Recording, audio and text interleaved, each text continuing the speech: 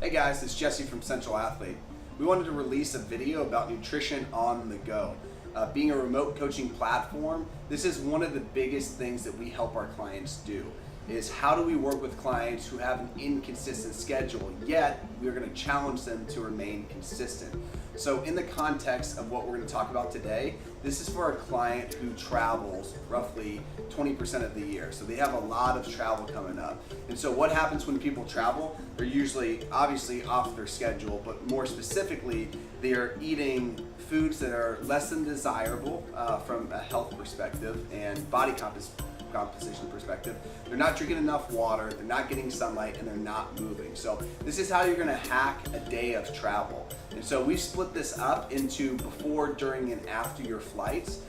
This is what we would recommend that you do. Additionally, we're gonna be releasing a free on-the-road nutrition guide that's gonna help you hack travel days. This is gonna help you stay as dialed in as possible when you have those days of travel. And more importantly, not only people get disrupted when they travel, oftentimes it takes them a couple of days to get back into their schedule. So this is going to be your strong insurance policy for success. So before you leave for travel, one of the things that we want you to do is about a week out is we want you to start to look at where you're going to be staying, and ideally you're going to stay at some sort of extended stay type of hotel situation.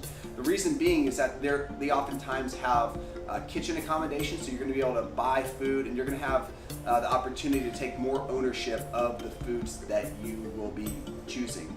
Additionally, this is something that will be included in our guide, but we want you to create a strong insurance policy through purchasing some great protein options that are going to be able to last for long periods of time, so they have a long shelf life, as well as some high quality fat sources that are going to be able to provide good stable energy management for long periods of time, as well as some good carbohydrate options that aren't going to be real simple sugars hitting your bloodstream, something that's going to be a little bit better for blood sugar management.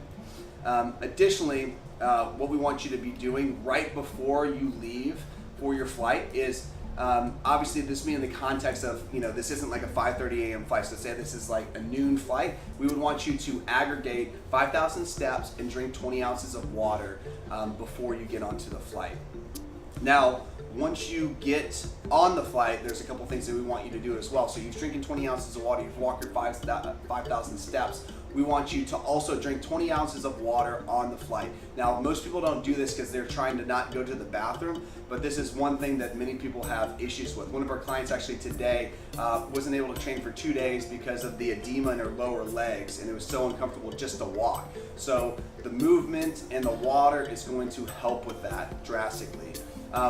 At all costs, avoid airline food. You're going to have a strong insurance policy by having protein, fat, and carb options. We'll be giving you some specific examples of what we recommend.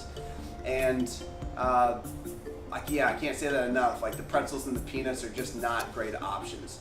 And lastly, after you are done with traveling, one of the first things that we want you to do is we want you to know where the Whole Foods or the Trader Joe's or the grocery store is going to be, so you can stock up on some great food options and you can get in a great meal.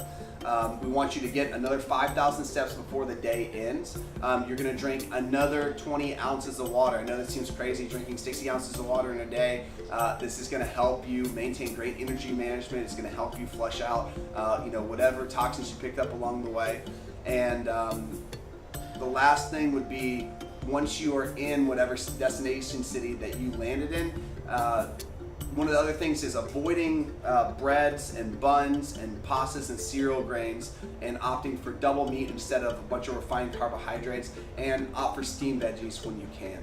So again, these are our tips for how you will hack nutrition on the go. We're going to be releasing an awesome guide that's going to have specific protein, fat, and carb options, and it's going to actually list everything that I talked about. So no excuses, guys.